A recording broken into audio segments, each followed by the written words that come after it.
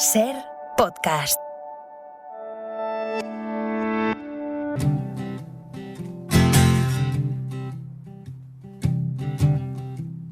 In the water, the fire, I'll go wherever you go.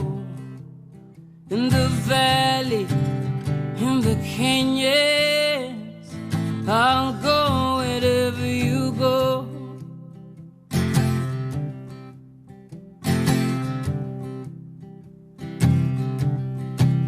Hey, love, I'm ready now. Can't you see this riot inside my veins? Hey, love, I'm overcome by desire. How must I wait in the water? Conocidos ya mundialmente como los científicos en los bares, ¿no? Ahora nos cuentas por qué.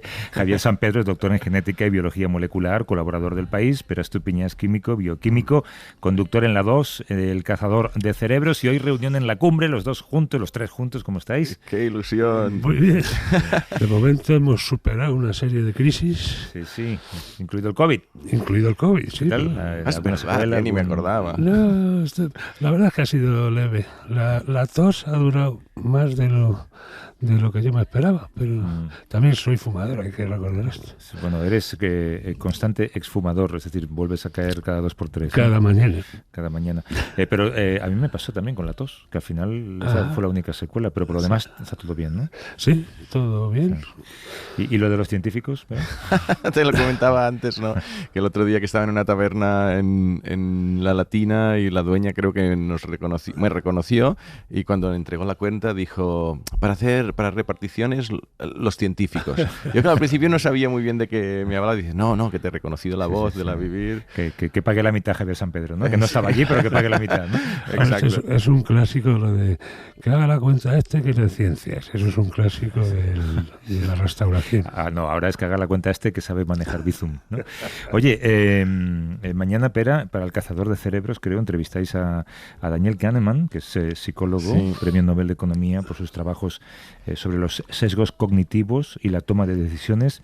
No sé si de personalidad complicada, pero es una entrevista difícil. Yo creo que desde las entrevistas... 86 años, sí, además. Y que más nervioso me puse, porque de alguna forma es un referente. Algunos de los oyentes habrán oído hablar de él, es premio Nobel, pero es que el que crea todo el campo de la economía conductual o behavioral economics, que lo que define es cómo tomamos decisiones mucho más irracionales de lo que pensamos, impulsadas por lo que él llama el sistema 1. Dice que tenemos 2 sistemas. En su libro Pensar rápido, pensar lento, dice hay 2 sistemas de pensamiento, el rápido, el sistema 1, y el lento, el sistema 2. Y todos creemos que utilizamos mucho más el segundo porque meditamos, pensamos, y en realidad en el día a día nos movemos por el sistema 1 intuitivo, y el sistema 1 está lleno de imperfecciones, de engaños de la percepción, y fue muy clarificador y ha sido influyente en muchísimas áreas. El señor, Daniel Kahneman tiene 86 años ya, y en los mails era como muy escueto. Yo tenía 2 miedos, ¿no? Uno, que saliera bien la entrevista, y la otra, que fallara algo a último minuto, porque yo creo que es uno de los hits de la temporada del Cazador. Es muy difícil entrevistar a Kahneman porque de hecho no ha venido a promocionar sus libros ni nada, y tuvimos como mucha suerte de acceder a él. Y bueno, yo creo que soltó... Y al final fue amable. Sí, nos recibió en su casa. Una casa muy, muy de científico, digamos, estaba llena de libros. Bueno, no, así como estas cosas de matraces, estereotipo, ¿no? Pero no, y estuvo muy amable al principio. Después es verdad que a medida que avanzaba la entrevista, era como que se fuera, no sé si o cansando o aburriendo, no lo sé. Esto es una sensación que yo he tenido alguna vez, ¿no? Sí, ¿no? Como que piensa que igual no le estás haciendo las preguntas adecuadas, porque esta gente sabe que es mucho más inteligente que tú. Sí, Bueno, sí. hombre, en algunos casos todo el mundo es mucho más inteligente que uno, ¿no? Pero en este caso igual piensa... Pues me levanto y me marcho, ¿no? Además, yo creo que le pregunté alguna cosa que no era necesariamente... A mí me interesaba mucho su perspectiva, no solo en su campo, sino alguien de 86 años que además él dice que desde los 15 años quería ser psicólogo y que ha estado vinculado a la psicología durante gran parte del siglo XX, ¿no? Y dices, oye, ¿cómo ha cambiado el campo? Eran cosas que no es... Y era como... una cara de te estás desviando, ¿por qué me preguntas esto? ¿No? Y yo, pues retoma. O sea, no fue fácil y al final, mira, la tele lo que tiene es que se edita. O sea, yo ahora si suelto alguna animalada ahora se queda, los oyentes lo oyen, pero, en directo pero más allí complicado, lo editamos y quedó muy bien, pero fue complicada, sí. Oye, déjame dar el teléfono por si acaso, 10:34, igual hay tiempo. Al final alguien quiere buscar vuestra opinión o quiere deciros algo, 638-855-349, es un teléfono es un número de WhatsApp, así que también sirve un mensaje, una nota de audio, o nos dejan un teléfono y llamamos de vuelta, es el 638-855-349. Esta fotografía que tenemos encima de la mesa, que es un Apple Store en La Mancha. ¿Alguien sabe de dónde sale esto? Sí, esto lo ha hecho un programa informático, una aplicación que se llama DALL-E, que viene de o sea, D-A-L-L-E, pero se pronuncia DALL-E porque viene de Dalí y de Wall-E. Y es Wall-E, el robot de Pixar. Sí, y hubo un Wall-E inicial a principios de 2021, ahora en abril de 2022 hubo una versión muy mejorada, que es la que tú le pones un texto cualquiera y te hace un dibujo hiperrealista, demostrando que entiende las sutilezas del lenguaje que le estás transmitiendo. Es decir, la inteligencia artificial de hace 3, 4 años, con algunos que están familiarizados con lo que llaman el GPT-3, lo que hacía, o programas así que hacían dibujos, era comparar en bases de datos. Es decir, tú tenías online o en ficheros un montón de datos sobre gatos o imágenes de gatos o imágenes o conversaciones sobre cambio climático, y entonces de manera probabilística, si tú le hacías una pregunta, decir, ¿qué sitios del planeta se verán más afectados por el cambio climático? Él ni entendía la pregunta, simplemente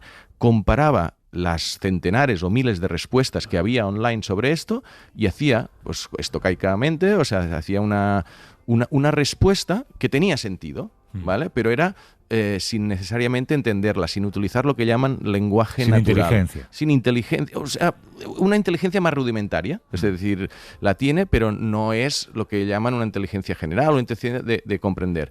Y con dibujos igual, si tú tienes tagueadas imágenes, pero no sabías lo que era un gato, simplemente veías unas imágenes que representaban un gato y tal. Entonces, el gran salto que está teniendo la inteligencia artificial es porque en los últimos meses, de hecho, es porque están diseñando los algoritmos de manera diferente que llegan a tener, iba a decir conciencia, que es uno de los temas que saldrá ahora en la conversación, pero a comprender las sutilezas del lenguaje. Y los dibujos estos son como una manifestación de que si tú le dices a alguien, no, pues, por ejemplo, dibújame a alguien que esté triste pero que intente disimularlo porque está frente, o sea, a alguien que tal, entiende todos estos matices y aunque no tenga referencias previas en la base de datos de eso, lo crea.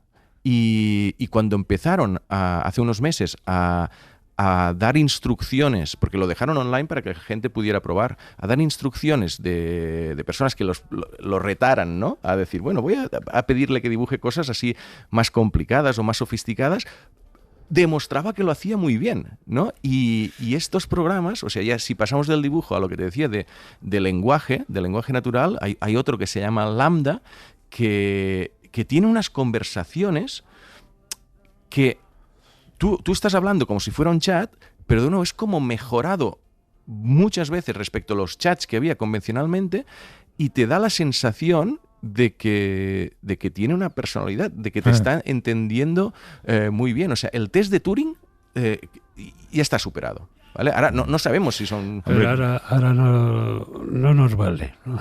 No, Ahora, el test de Turing, recuerdo a los oyentes, que consiste en que un ordenador engañe a un humano haciéndole creer que es un humano, que con quien está hablando es un humano. Bueno, en las condiciones, pues, por ejemplo, por correo electrónico, de manera que el aspecto que tenga el robot no sea un problema. Es el test que diseñó uno de los padres de la inteligencia artificial, Alan Turing, interpretado por Benedict Cumberbatch en Descifrando Enigma. Y realmente sí, los expertos lo consideran superado, porque ya se puede engañar al humano haciéndole creer que hay una persona al otro lado. Incluso, no sé, un ajedrecista tendría la impresión de que está jugando con un jugador humano si no supiéramos ya que estos sistemas han ganado a los campeones del mundo, ¿no? Pero, y a nosotros, la gente del común, que nos engañe un ordenador charlando, pues resulta muy fácil. Claro. Lo que pasa es que ahora no nos vale. Claro. O sea, el test de Turing ya no es la prueba que necesitábamos de un ordenador es inteligente o consciente. Que son dos cosas distintas, pero que ambas se las traen, ¿no? Y... el problema de fondo es que no comprendemos en qué consiste la conciencia humana.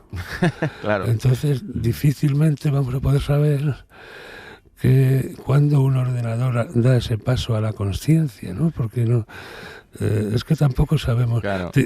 Nos parece extraño que un amasijo de cables y chips y silicio y circuitos pueda saltar a la conciencia, pero es que nosotros somos un amasijo de neuronas y células gliales y nervios. Claro. Tampoco entendemos cómo eso salta a nuestra percepción de que estamos vivos. No sé, yo estoy viendo ahora mismo, podría estar oliendo a café, a lo mejor, todo eso es nuestra percepción de estar vivo es ser consciente. ¿Sabemos dónde está en el cerebro esta capacidad? Está más atrás de lo que nos gustaría, por cierto, pero no sabemos cómo funciona. ¿Por qué nos gustaría que estuviera más adelante? Porque los lóbulos frontales, la parte más delante del cerebro, es la que más ha evolucionado durante la evolución humana. Por eso está más prominente en algunos cráneos que se encontraban. Sí, es lo que más ha crecido. Nos ha crecido todo el cerebro, pero proporcionalmente lo que ha crecido más cantidad es los lóbulos frontales. Entonces tendríamos a pensar que todas las peculiaridades humanas, el lenguaje, la capacidad de matemática, la poesía, el arte, la abstracción, la consciencia, pues estarían en los lóbulos frontales, que son los que nos han hecho humanos, ¿no? Pero no, está atrás y la compartimos con todos los animales. A lo mejor esto explica muchas cosas también, si te pones a pensar. Desde luego. Yo no sé si las máquinas en algún momento también, bueno, las máquinas, por cierto, quien está detrás de esta empresa que has mencionado, que poco a poco se va convirtiendo en el doctor no del siglo XXI, es Elon Musk, ¿no? Porque el software es suyo. El de OpenAI, que es el de DALL-E, compite con DeepMind de Google, o sea, hay una carrera allí. Yeah. Que me pregunto si las máquinas alguna vez serán conscientes, no ya de que son máquinas, que eso, como dices, tiene que programárselo un humano para que ellas puedan llegar a entenderlo. Claro. Si serán, por ejemplo, capaces de detectar sesgos, ¿no? Con lo que hablábamos o lo que hablabas tú con tu premio Nobel. Sí. Sesgos, por ejemplo, sexistas o racistas. Ahora mismo, si tú pones en Google, pones assistant, es asistente, ¿no? Solo salen mujeres. Sí. Si pones científico, scientist, te salen imágenes de hombres. Pero que el sesgo lo tenemos nosotros, no la máquina, digamos. Es lo que hace... Alguien ha programado un algoritmo que no ha sido capaz de reprogramarse a sí mismo, ¿no? Exacto. Entonces, más que el algoritmo son los datos. Estos sistemas de inteligencia artificial están basados en engullir masas de datos, big data, y puesto que los datos son en general textos, imágenes y cosas así que hemos producido los humanos, pues heredan de nosotros los mismos sesgos cognitivos que nosotros tenemos. El racismo, el sexismo y todo lo demás. Pero aquí el punto que decías de la conciencia, yo creo es, o sea, el por qué es noticia en los últimos meses estos, es a partir de que estamos hablando de estos progresos con estos algoritmos del lenguaje natural y tal. O sea, hubo en el Washington Post un artículo hace 2-3 meses de un ingeniero de Google que utilizando Lambda había dicho que notaba que ese software era consciente, que la conversación que estaba teniendo con él, porque le preguntaba cómo te sientes, bueno, tengo estas emociones, pero si tú eres una máquina, no puedes tener emociones, ¿por qué no? Se pueden programar, y bueno, pero ¿crees que no hay una diferencia significativa entre, me estoy inventando un poco, pero iba por aquí? Entonces él, hablando con ella, llegó a publicar que se había creado por primera vez conciencia artificial. Y entonces se armó un embrollo, porque ¿qué es la conciencia? Y sobre todo, si esa máquina parecía consciente o era consciente. Entonces, todo este debate, hay varios puntos, ¿no? Primero, lo que decía Javier, o sea, ¿hay algo mágico en nuestra conciencia o no? No, nosotros como científicos tal creemos que no, que son pues bueno una serie de conexiones neuronales que por tanta complejidad pues emergen propiedades, y una de las emergencias es la identidad, el yo, la conciencia. Entonces, si solo hay materia y conexiones, pues en nuestro caso es materia biológica, pues en este caso sería materia de silicio, en algún momento puede llegar a generarse conciencia artificial, ¿vale? Claro. Entonces, este debate siempre ha sido como de futuro, como casi filosófico, pero es que ahora ya nos estamos acercando a la realidad. Yeah. O sea, la mayoría de expertos dicen que este lambda todavía no es consciente, ¿vale? Pero con estos nuevos sistemas, ese punto de no solo aparentar ser consciente, sino a llegar a tener unas propiedades que es muy difícil de distinguir de la no conciencia, se está acercando y yo creo que es muy revolucionario. Hay un buen truco que usan los zoólogos que utilizaron en el zoológico del Bronx para ver si los elefantes eran conscientes de sí mismos, que es pintarle a un elefante, le pintaron un lunar en la frente y la pusieron delante de un espejo. Y cuando vieron que ella intentaba con la trompa quitarse el lunar, pues dedujeron que era consciente de sí mismo, que lo que ella veía ahí era que ella era misma. Entendía que era un espejo. Ella misma entendía que era un espejo. Es interesante. Cosa que ni un niño muy pequeño entiende. Ada, a mi hija de 5 meses no es consciente. Yo creo que no tiene conciencia todavía. Pero bueno, ya. El otro día decía Arsfoga una cosa que me ha dado que pensar. Él decía que es mucho más fácil creer en Dios que entender la evolución. Sí. Porque te quitas de líos, ¿no? Sí. Explicas muchas cosas. Oye, vamos a bajar a un tema mucho más mundano que esto que estáis hablando. El otro día contaste, Javier, que no te molestaba el ruido. ¿Te quejas mucho del calor? Esto sí que lo haces. Sí.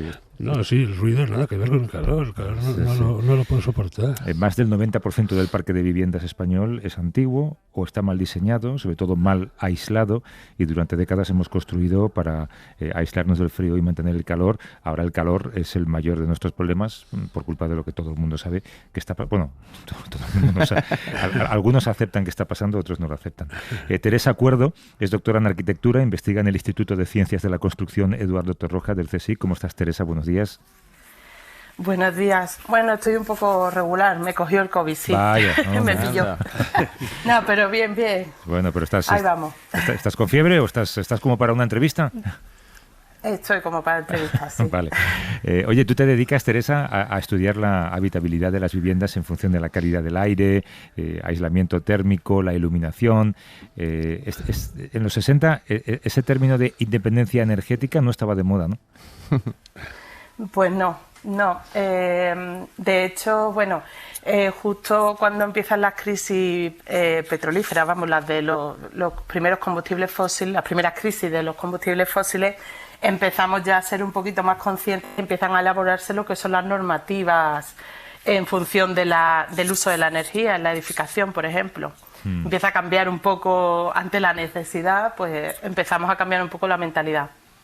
Hay una cosa que nos ha llamado mucho la atención en tu trabajo y por eso te hemos llamado. Tú cuentas como el 80% de los edificios en los que vamos a vivir en 2050 ya están construidos. Eso significa que hay que pensar, esto lo dice también Peridis, hay que pensar en rehabilitar y en reutilizar espacios. Todos hemos experimentado esa sensación de llegar a un portal y de pensar qué fresquito, ¿no? En verano. Casi botijo, ¿no? Sí, es como, no sé, supongo que nunca nos hemos parado a explicar o a entender por qué los portales están tan frescos. Tú hablas de portales como refugios climáticos. Sí. Bueno, es un concepto que podemos entender que es relativamente nuevo, o se ha hecho ahora más eco este término. Y bueno, ya desde hace unos años pues se vienen observando pues eso, pequeñas acciones. Por ejemplo, en un centro comercial grande de una gran cadena francesa, pues hace unos años vi que había pues se ofertaba el dar agua gratis a personas mayores, incluso digamos algunas chucherías, ¿no? Como el azúcar, ¿no? Porque pudieran llegar de la calle fatigados o con cierto, bueno, pues lo que se denomina estrés térmico, ¿no? O la fatiga. Entonces, estas pequeñas acciones al final lo que hacen es que en un mundo que parece que nos lleva a eso, si no se frena un poco, si al final vamos a tener que adaptarnos porque esto ya frenarlo es complicado, ¿no? Pues vamos a tener que hacer uso de ese tipo de estrategias para proteger a la población más vulnerable, sobre todo, claro. Claro. Oye, hay una cosa, quienes viajan al extranjero muchas veces van a países en donde cuesta mucho abrir una ventana y claro, te das cuenta de que no están hechas para que se abran. Sin embargo, en España somos muy de ventilar las casas. Siempre es ventilar todos los días. ¿Está permitido ventilar, que haya corriente, abrir puertas y ventanas en este modelo de eficiencia energética? Bueno, aquí habría que diferenciar un poco lo que es el parque edificado de vivienda de lo que es un uso no residencial o terciario, que lo denominamos, ¿no?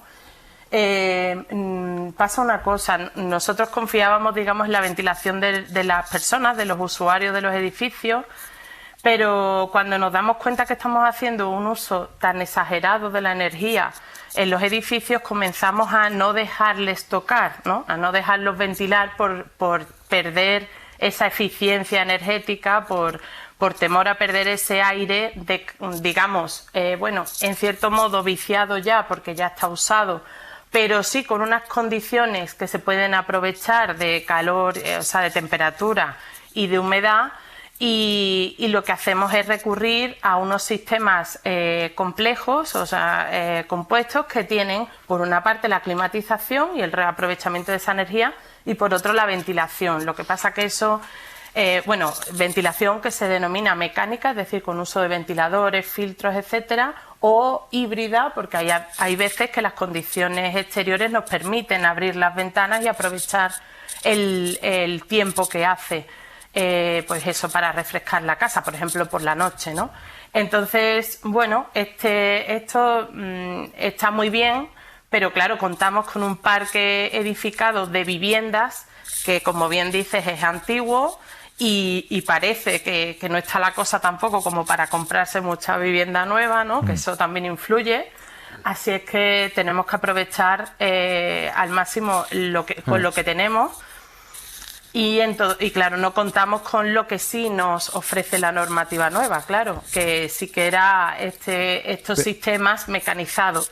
Pero ¿qué diferencia hay entre un piso nuevo y uno de hace 20 años? O sea, ¿se están preparando ya para este futuro donde hay como dos factores, ¿no?, que comentábamos, el cambio climático que genera unos problemas de tal, y luego la eficiencia energética? O sea, ¿hay mucha diferencia o no, o debería haber más todavía? Hombre, sí que hay diferencia. Se ha hecho un esfuerzo importante en los últimos años por modificar la normativa. El problema es que las viviendas, la mayoría, o sea, la inmensa mayoría, casi la totalidad de las viviendas ocupadas como primera vivienda están construidas antes de esta normativa, que, bueno, la más específica, digamos, tanto en calidad del aire como en confort térmico interior, data de 2006-2007, es la vigente que tenemos ahora. Entonces, claro, estas viviendas sí están preparadas, tienen sistemas de control del aire interior, no hace falta abrir las ventanas para que haya una renovación de aire, porque también vimos con la normativa que se empezó a gestar en los años 79-80, también se vio que sí, que éramos mejores energéticamente, más eficientes, aunque quedaba mucho camino por arreglar, ¿no? por mejorar, pero nos habíamos olvidado un poco de la calidad del aire interior, sobre todo. Entonces, bueno, pues ahora sí, ahora las viviendas pues ventilan aunque tú no abras las ventanas. Bueno, y tienen una serie de dispositivos y están más herméticas, son más herméticas, con lo cual nos aíslan mejor frente a las inclemencias del tiempo. Javier. Bueno, Teresa, ¿y entonces por qué los portales están más fríos? Eso. Bueno, pues ahí se dan una serie de circunstancias, pues como la cercanía a la Tierra, que está más estable térmicamente. Luego tenemos una serie de elementos satélite alrededor, que son los locales que no están en uso, digamos, que pueden ser trasteros, pueden ser garajes y todo esto, que eso refresca mucho. Luego tenemos unos elementos de sombra que pueden ser del edificio o de otros cercanos o árboles, etcétera, que proyectan sobre esa planta baja más sombra que en las viviendas superiores, lógicamente. Y luego está el efecto chimenea, que es el más importante quizá, que hace que el aire caliente suba por el hueco de la escalera y al final pues viene más aire fresco. Luego también tenemos una serie de elementos, digamos, más nobles, ¿no? Que siempre en la entrada del portal es como lo más noble del edificio, y entonces normalmente lo revestimos con piedra, que es más fresca, con azulejos, etcétera. Mármol. O sea que todo eso contribuye un poquito a que queramos estar más tiempo en el portal entramos, que en la propia vivienda. Cuando bajamos. Teresa Acuerdo, que es doctora en arquitectura, investigadora en el Instituto de Ciencias de la Construcción Eduardo Torroja del CSIC. Gracias, Teresa. Mejórate y cuídate. Muchas gracias. Venga, un saludo. Suerte. Oye, es un buen título para tu próximo libro. Espera, ¿por qué los portales están frescos? Sí. ¿Y qué podemos aprender de los portales? O algo así, porque imagino que todo lo que planteaba, bueno, pues puede aplicarse después para Que allá te refrescar. veo que está el cerebro ya dando vueltas. Siempre. Por desgracia, por fortuna. La lección del portero sería más breve. Sí. Es verdad. No, pero es curioso porque es... Vamos, espera estupiña Javier San Pedro hasta la semana que viene. Hasta la semana que viene. Suscríbete a La Ciencia. Todos los episodios y contenidos adicionales en la app de Cadena SER y en nuestros canales de Apple Podcast, Spotify, iVoox, Google Podcast y YouTube. Escúchanos en directo en la SER los domingos a las 10 de la mañana. Cadena SER. La radio.